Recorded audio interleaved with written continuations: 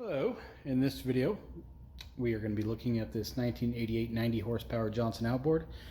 We're going to be tackling the fuel system, replacing all the fuel lines, cleaning the carburetors, and probably removing the VRO pump. So let's get to it. Alright, step one is remove a bunch of stuff. It looks like somebody's already unbolted the VRO pump, probably to get to the starter bolt, and they were probably just too lazy to put it back on. I've already removed the choke wire coming off the choke solenoid here, so no worries there. Front cover's got to come off. We have a bolt here, here, two under this latch, one in the center, two on each side. So, due to the layout of my bench, it's kind of hard to see that, but they're there.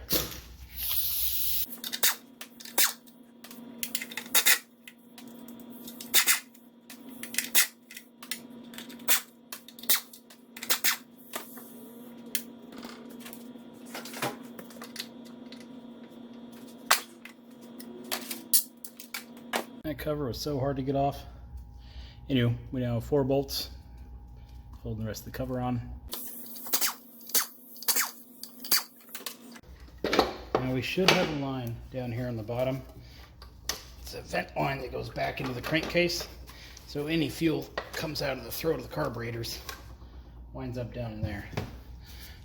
So we got to get that off. There we go. Now we have the lines going in for the primer.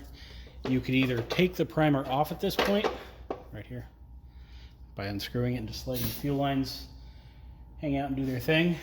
But what I'm going to do is come on from the top. So this will be fine for the top carburetor, but the bottom one not so much. But I'm going to run a slice down the tube just to make removal easy, since we're replacing these anyway.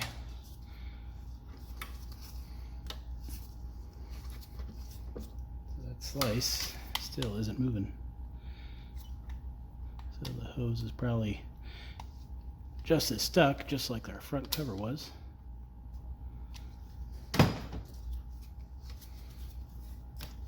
Alright, that's off. I have the one over here that leads to the bottom carburetor. I'll slice that.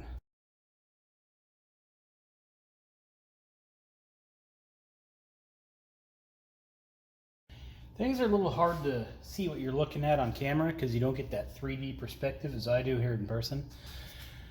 So I'll walk you through it the best I can on what goes where. Now we're changing these lines anyway, so I'm all about cutting. Except for where it's important, then I'm all about slicing. VRO pump, looks like we have the pulse line that feeds it right here. So we don't need that anymore. I'll cut that guy off. Now, cut it the rest of the way. Now we have this line here, which runs through the bottom, that comes in from the fuel fitting, so we don't need that. Cut it away. Now we have this line here, which you can't see, this line that feeds our manifold. We can cut that as well.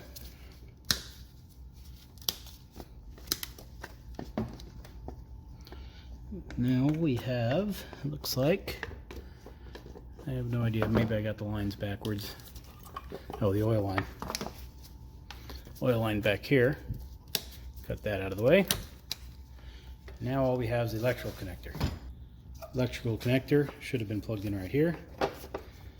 With that out of the way,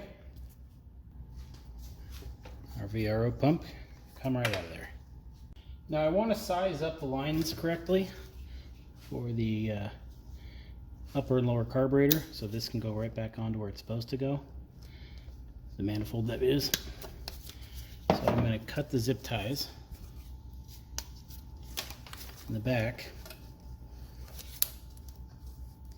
and the one for the bottom. I'll find my razor knife again. I'm going to slice those lines running from the bottom of the carburetor bowl to the manifold. So that one's sliced. Now for the bottom. Should do it. Gonna use my diagonal wire cutters here. That's their technical name. Can't call them by their other name, unless I want to demonetize myself. Get some pliers.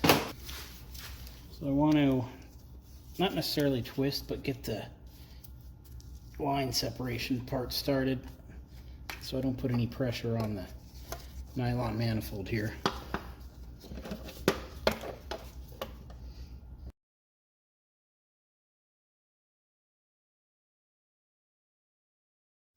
Now I'm going to start unbolting the top carburetor with an Allen. I have a ball set, or ball socket, Allen wrench set. But there's a slight problem with them. That is, the tip is broken off. So for the time being, apparently I'm using this.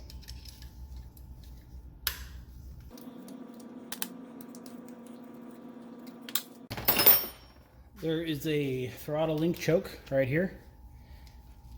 I'm gonna try my darndest to get as close as I can to the plastic clip when I slide it out. However, this plastic clip looks very, very brittle. I mean, you can just look at the plastic and you can tell it's gonna fall apart. So that's gonna be a common problem. If you're gonna work on the carburetor and you don't want it to take longer than it should, perhaps look at those in the first place, and if they look all old and brittle like that one I just showed you, just go ahead and order some when you order your carburetor kits too. At least that way you'll have them. Because if you think about it, let's say it breaks, you have everything else you need except for those. Well, now your project's going to be sitting there for another week until you get those little clips in. But if you spend the $9 on this extra, just in case you need it, you'll probably be happy you did. So I already loosened the lower bolt on the other side.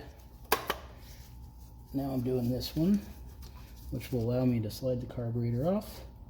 I may not be able to get the screw out, but that's okay because it can stay in there for all I care. Now I can come back over here, get this off the rest of the way. Gasket came too, fuel line's there. So far, we're on a good start. Now I could take the lower off while I'm here. Might as well, I suppose. Process is the same.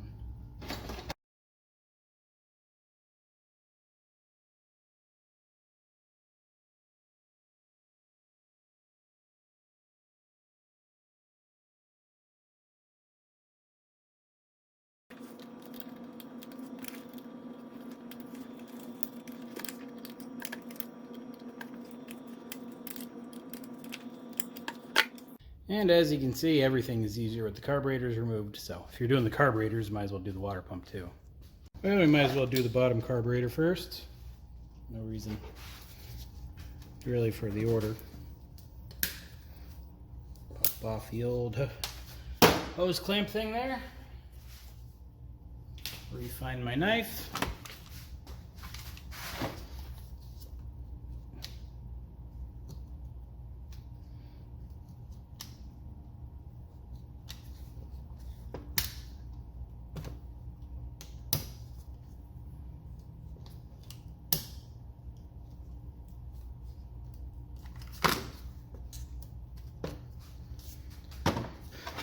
Need a Phillips.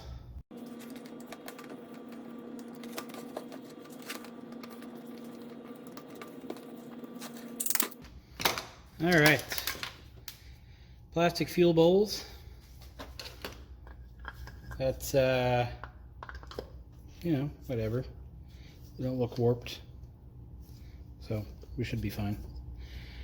Fuel oil, old and in there, but to be expected. Got our generic carb cleaning bucket. Let it soak in there for a little while.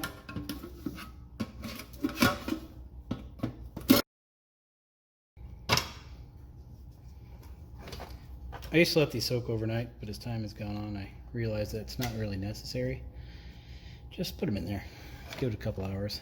That's all you need.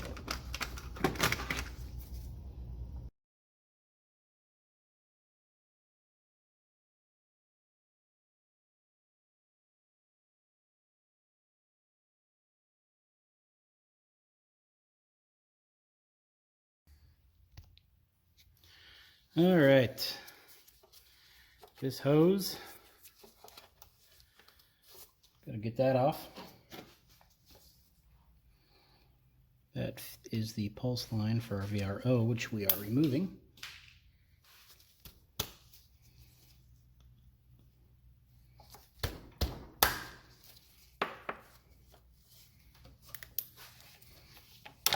Yeah, nothing like a good chisel, right? All right, that's out of there. Let's throw that away.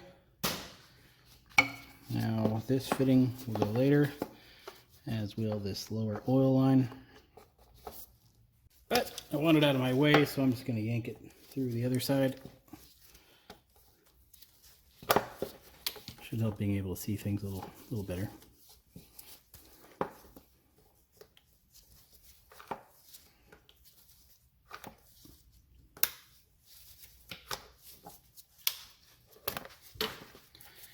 Okay, putting a wrench on that fitting. It's a 7/8, so it's pretty big, and usually they're really tight, but not in this case.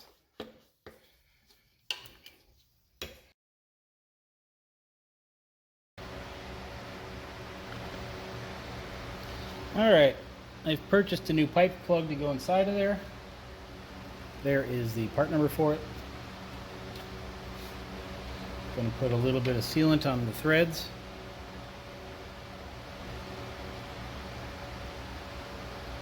Just like so.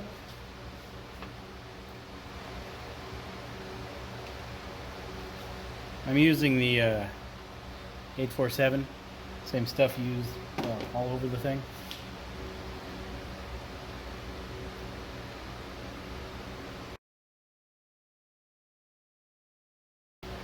Should do it.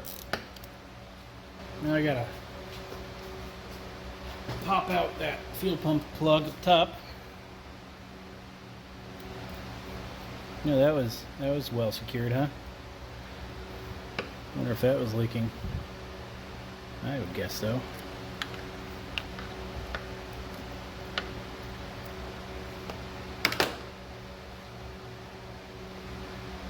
Alright, carburetor is out of the little solvent cleaning tank here on the bench.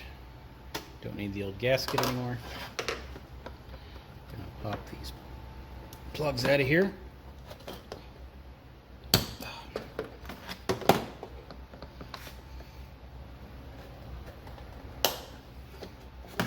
Yeah, those are pretty tight. There's an O-ring on the base of each screw. We are probably going to change. Let me turn the flash on here. Down inside of there is the high-speed orifice, I think, as well as 2 jets on each side. This is also the top carburetor. Bottom's already out. Let me get a little punch. This will work. Push the float arm out if I can.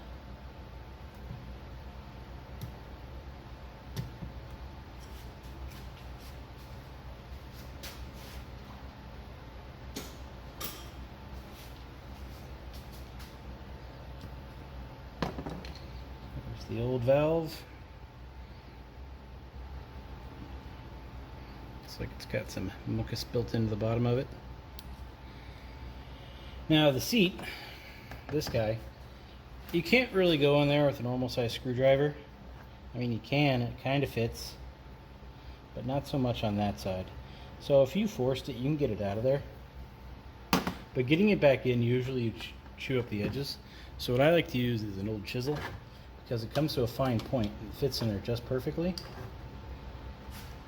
gives you a much better option to unscrew that. The only problem is if you slip off, you now have a sharp chisel go near your hand.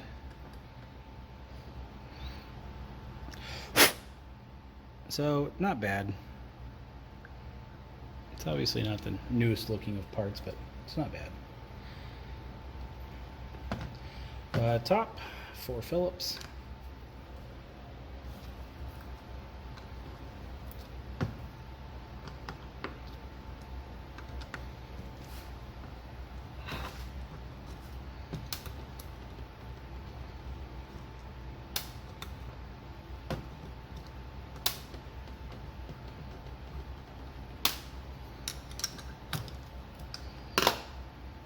pretty clean inside of there, but you can see this gasket is just cracked everywhere. It's kind of falling apart. So if one of these little cracks were leaking into the main body here, wouldn't have been the best on a running situation.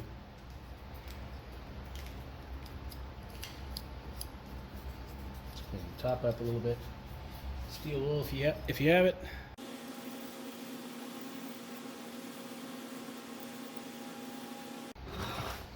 Now there is a special tool. There's the part number for it that'll reach down inside of there, grab those jets, and allow you to pull them out.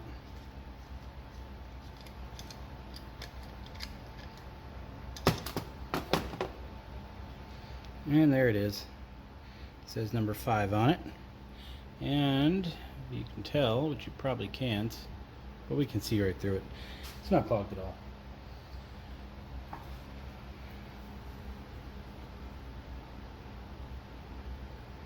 It says 560. I don't know.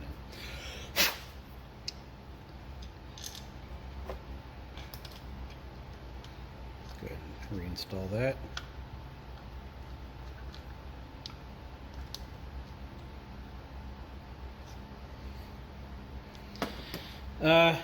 Now, you don't really need that. Like, you really don't. Usually soaking them kind of does anything you really need it to do. Usually clears it all out. So, I think I've only used that screwdriver a handful of times. I also had a sewing kit that I used for a long time to get in there and clean out all the jets. But even then, I find you don't really need it. What I find most handy is just a little piece of wire and a razor blade. So, just kind of strip it down good and long. Slide off our insulation. And with that, we can usually clean out anything we'd ever want to. So for like those bottom jets, the one I just pulled out with the screwdriver, I'll just get these 3 pieces of wire, twist them together, make one nice good poker. Actually, you know what I'll do? I'll fold those back, use the poker like so, go inside the jet, and you can see it's cleaning it right out.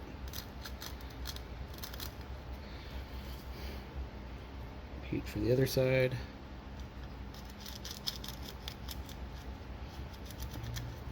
Now these little guys, can't use my little 3 wires. That's not a big deal because our wire is adjustable. So let's get 2 more strands out of here.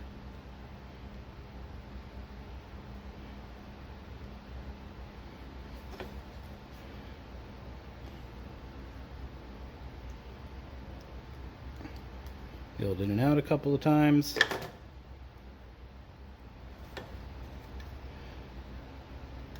Right into the hole. Clean it out. Blow with compressed air. And that's going to work fine. Now here is a little trickier because we have jets going everywhere.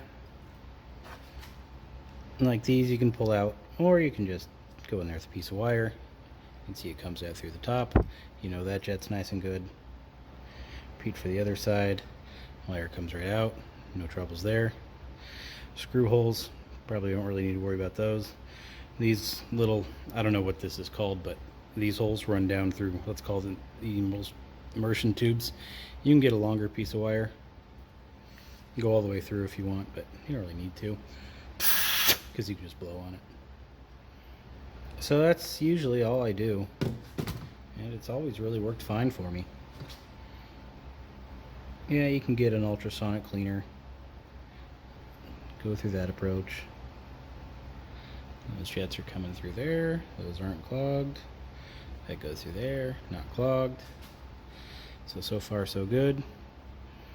On the bottom carburetor, which I already did, these were clogged and full of gas oil.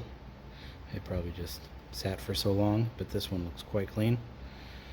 These run through the carburetor body up and out through here, and there's a little hole you can get to through the side. That's where compressed air and just kind of some solvent being blown through there really paid off. But really, that's kind of it, you know. It's really not hard. It's pretty standard, easy stuff. By the way, that little hole leads through that little jet. Both are fine.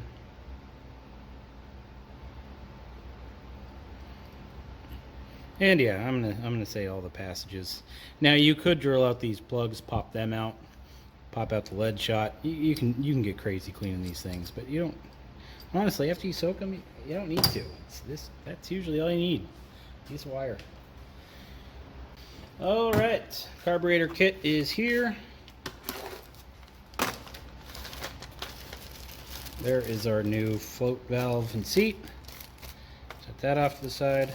Our little bag of bonus parts. Our gaskets, our float, our top gasket. Probably do the top gasket after I do the bottom, just cause. So let's find our little plastic arm.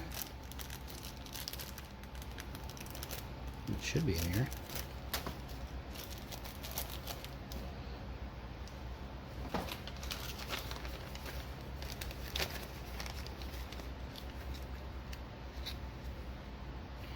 I don't see the plastic arm in this kit.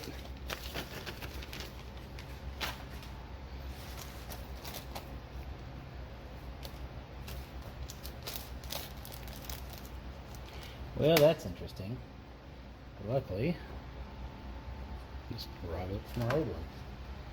I'll probably find it here, after we're done. That's a little weird. It's not in there. All right, let's get our new float valve, or float rather. Let's open up our bag.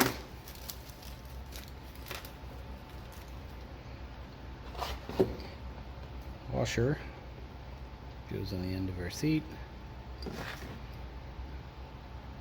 Oh, I forgot to get my wire through that sideways hole. All right, wire, where'd you go?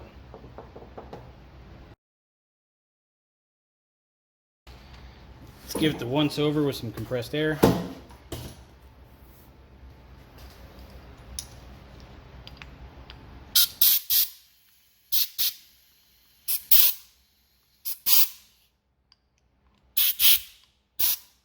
Ah, yes. The primer. So, in the boat, there was I don't know, 2 empty cans of starting fluid. So we probably had a starting problem with this thing. I originally thought it was those bad coils, but then when I got that bottom carburetor part, the primer line here, which will prime the engine with gas, it was clogged. So I wanted to make extra sure on this one that was the same case. Or not the same case. However, I can almost see through on this one. So, I'm going to say that wasn't the case here, and just the bottom one was having a problem with the primer. Let's get some more wire stripped out. We'll run it all the way through just to make sure.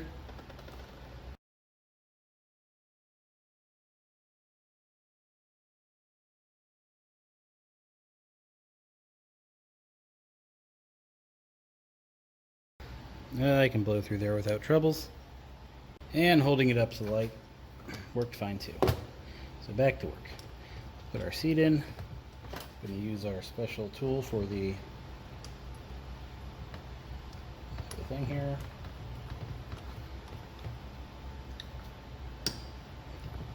Our little spring, which I really like this. I worked on some old little motorcycles and mini bikes really, and little dirt trails, and they never had a spring. So what you'd have to do is pick up a rock when you're out, riding somewhere, and just tap the carburetor so the float would drop down and start working again. So when I started seeing carburetors that had this little spring in there to make the float drop, I was like, oh wow, genius. It's probably been around forever. Yeah. Stuff I was working on was probably missing it anyway. It was supposed to be there the whole time. I don't know. Alright, new parts are installed. The old arm is going in since the kit forgot to include one. The other kit did, by the way, so it's got one weird kit. Alright, that is in. I have a float gauge around here. This is pretty cheap. If you are going to buy carburetor tools, you might want to consider one of these more so than the screwdriver. It shows us where it needs to be.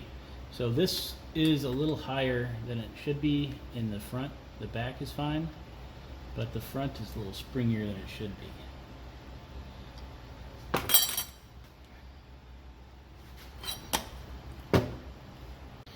Alright, I went and used some needle nose to slightly trim down the arm there, you know, to bend it down, and we are good. Also, if you're not using this, all you're looking for is the top of the float to be parallel with the carb body, and we're there. Next thing you want to check for is the drop. You want that float to drop down 1 inch, give or take 1/8. So you want to use a real accurate. So this one drops down 7/8. So did the bottom one. So we're within our spec.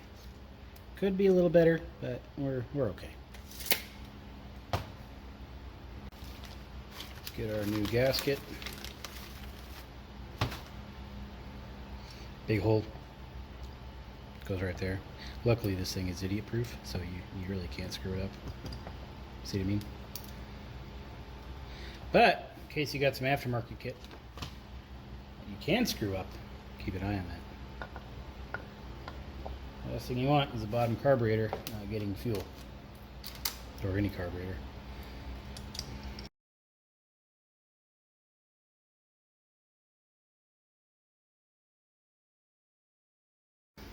Might as well get the top squared away.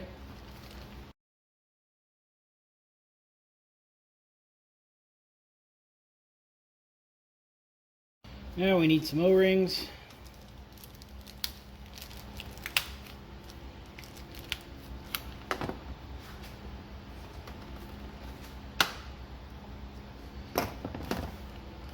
A viewer, Roger, was tired of seeing me use a razor knife instead of a pick, so he sent me a little set of these picks.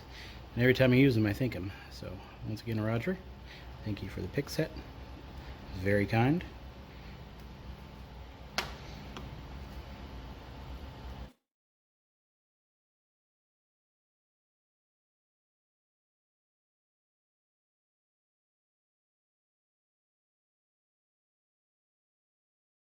Now we want to match the factory torque of these bottom screws, so I got my impact wrench. So let's go ahead and impact wrench those on. Now the impact wrench didn't quite seem tight enough, so I got myself a breaker bar to make sure that I really get them on there right. Yeah, I was kidding, of course. It's getting good and snug with the flathead here, and I'll call it a day. Perfect.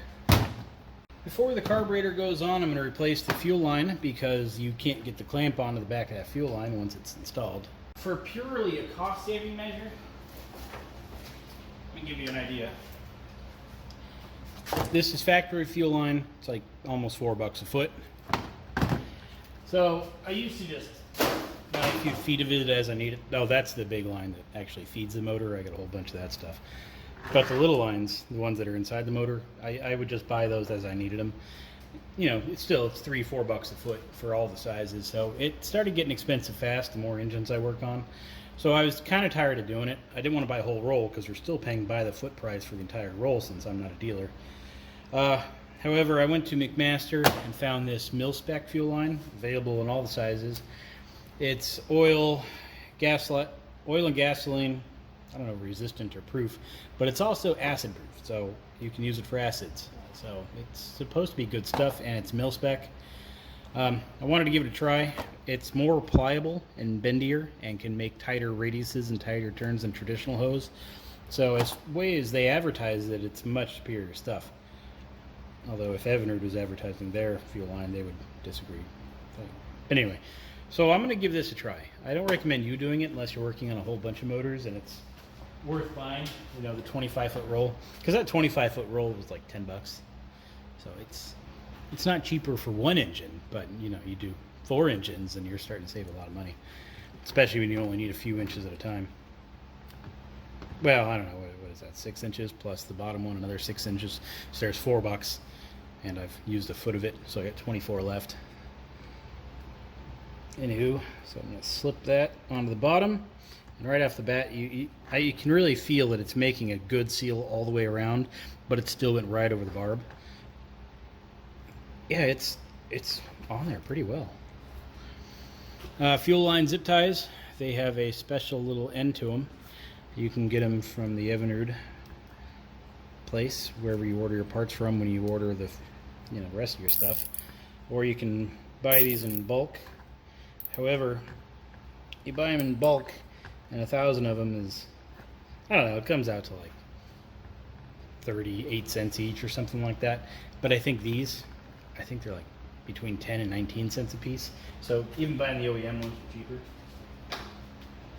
I have one of these special zip tie guns that will tighten it down good and tight. The problem is these are really, really, really expensive for this one. You can buy the cheaper ones on the old Amazon, and it should work fine for you. But this thing, it's great. Is it worth the $300-400? Probably not, but since I have one, I use it, and I really like it. As you can see, it made it nice and tight. Got the end for me. Everything on there that's just a perfect fit, if you ask me. Carburetor kit came with a new gasket. You want to make sure this has no evidence of old gasket material or any foreign materials. This one is nice and clean, as is the engine side, so it is ready to install. You put this on, you want to make sure that you're not blocking that hole. Well, I don't know if you could block the hole or even put it on wrong. Idiot-proof gasket too. Genius. Me too. So that is ready to go back on the motor.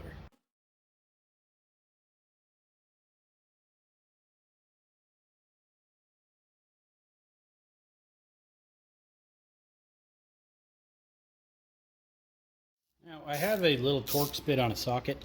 It's a loose fit, but it really makes it easier to get these things in there and started.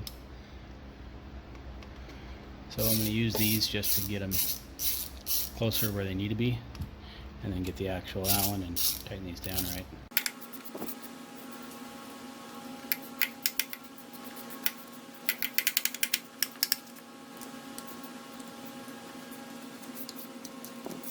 Why am I using that instead of getting one of the ball sockets? Well, I have the ball sockets that work on that perfectly. They are the local hardware store brand, and I've been breaking them every time I use them.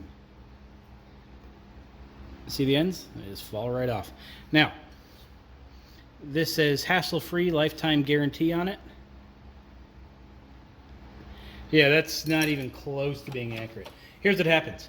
I go into that local hardware store and I say, hey, these broke, I need to exchange them. They say, oh, you have to call the 800 number. Okay, fine. So you call the 800 number. Good luck with that one. You finally get through to somebody after like 30, 45 minutes, and they say, well, we can't help you. You just take it back to the store. Well, the store said to call you. So you go back to the store and said, hey, I called that 800 number. They said I got to talk to you. Well, I don't know who you talked to, but they said they told you wrong. I was like, well, can't I just exchange it with one off the shelf? No, it doesn't work like that. Now, the other ones, back in my old place of residence, no problem, go grab one. Close enough, good, take it. But this local store, call the 800 number. The same with all the Craftsman tools. I watch videos on YouTube of people taking in their Craftsman tools. No hassles. I go in there and I get the runaround. I even went to the point to where when I got in line for the returns, I called the 800 number for the Craftsman exchange. So the dude was on speakerphone, even though the dude was like, no, I'm not talking to the store associate. And then I went ahead and made him talk to the store associate anyway.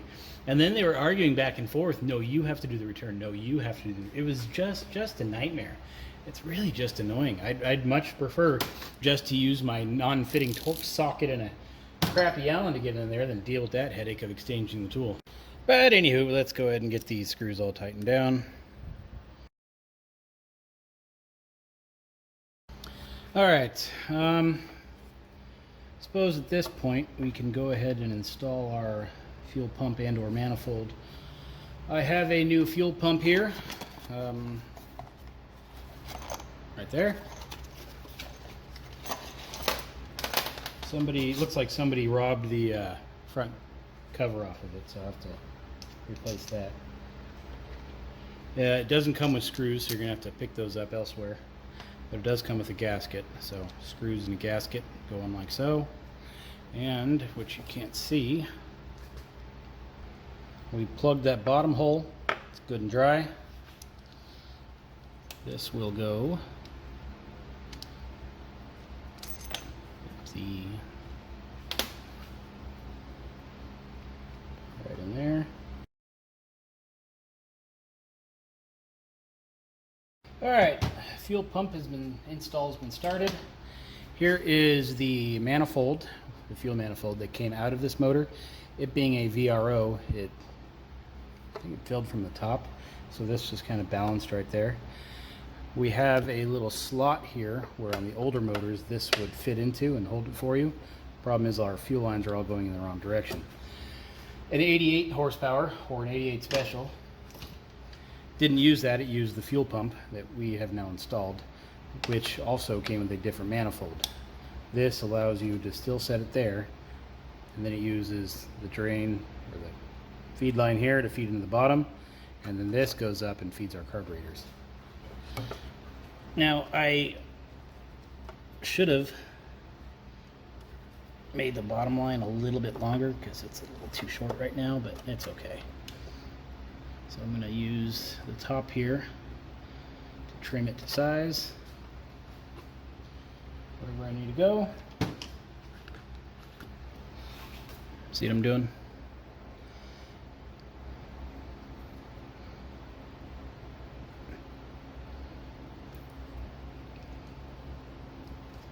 Nice and straight. It's not even close to straight.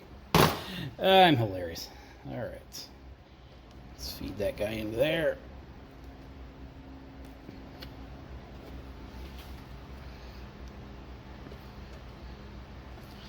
And there is the start of our fuel system. Now we need another one to go from there to there. I suppose this is where this flexible line really comes in handy. Trim it right about there.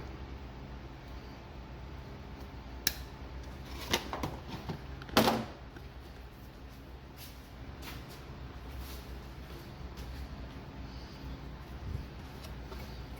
our bottom in first for no reason.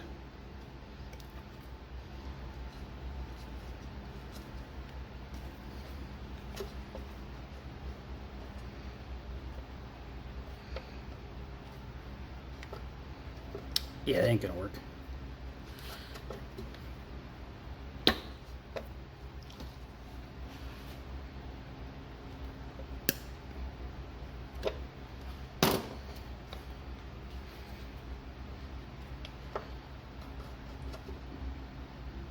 It'll work over there, but once you start pushing too far. I could make a loop with it too. Let me try that. Although it looks if I cut it right, it'll work fine.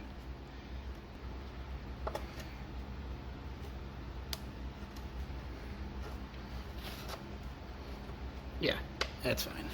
That'll work. Alright, that's the 5:30 seconds. I don't know how long this is, but it looks a lot longer than 25 feet.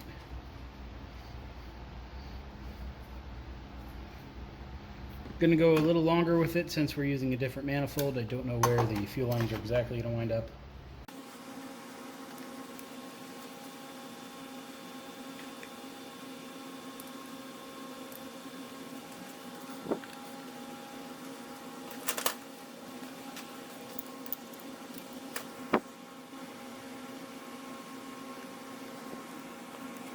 Well, I suppose there's no time like the present to get the old inlet lines, let's call them, out of here.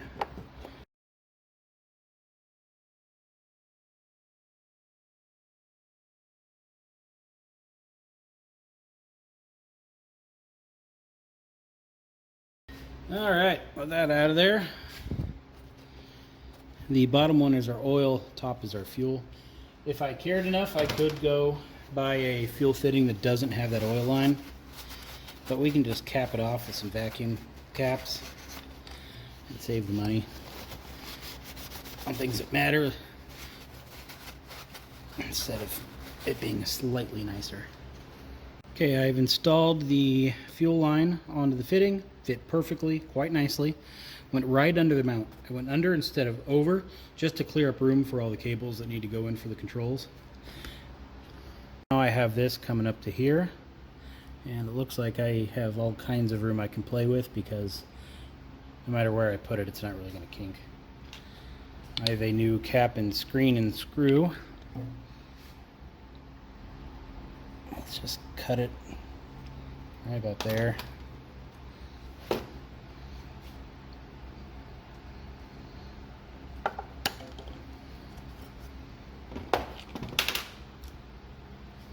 Now, it's going to be a little harder to get it onto the cap.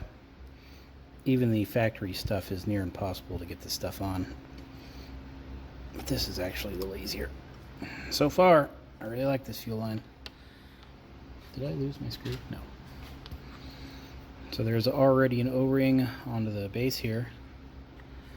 So our cap goes right there. And looks like we'll have no issues.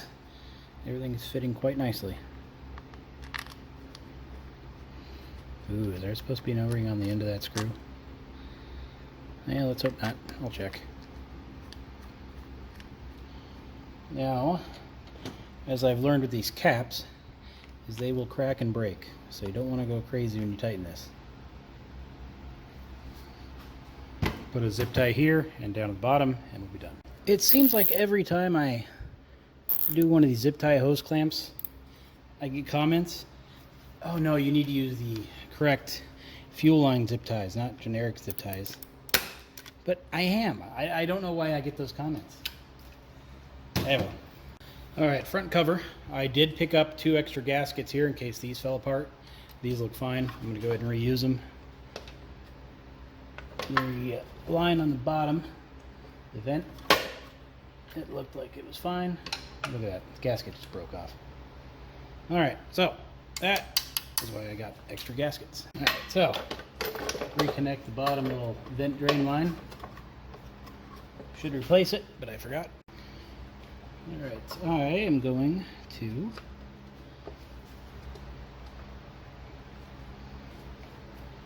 slip on a couple of the carburetor screws into the bottom, probably the top 2 first. That way it can hold the gasket for me.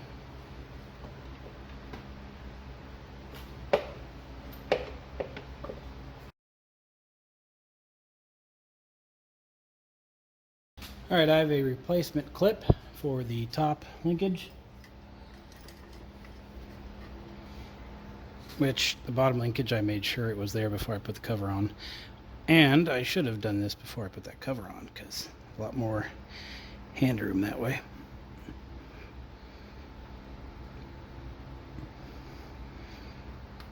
Alright, clip is in. Slide in the rod. We are back in business. For the primer line, the mil spec is this thin green stuff. It's being so narrow and so flexible, it's a little harder to get it on there. Once you get it on there, it's fine.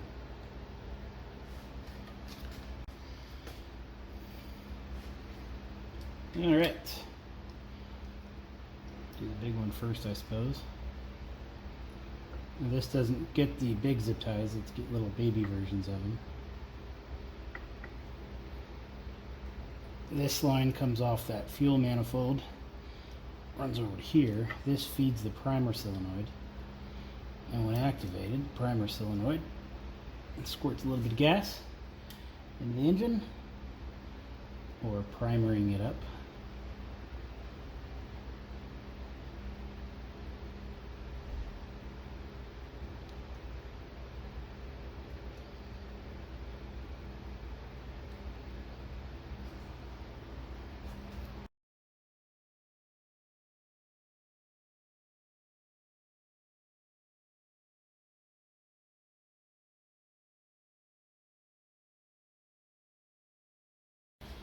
Well, I've installed the front cover back on, hooked up the little fuel lines, and reattached the choke and wire. So I'd say we're done. VRO pump is removed, obviously, and we now have a fuel pump. This will make starter changing easy if that ever needs to happen, as well as just, you know, looking at the fuel line, seeing if anything weird's going on. I think it's a cleaner look in my opinion. If you have a VRO system still in your boat and you're watching this video thinking, why did he remove that? Do I need to remove mine? Probably not. They're pretty reliable. When they fail, usually they over oil. So it's not really like it's going to kill a cylinder on you or anything, because usually they don't. Usually they die because of other reasons. Like one would be the pulse limiter valve I removed. It's pretty important that this works. If it doesn't, it can lead to VRO problems. So I think most of the VRO issues you see, or failures, aren't necessarily from the VRO pump, but from the pulse limiter. I don't know. Either way, I removed the VRO. We now have a fuel pump. So we should be good to go. I'll get a cap for the oil line that was here at some point. Any questions, let me know. I'll do my best to answer. But for now, next step, I guess, would be seeing if this thing runs.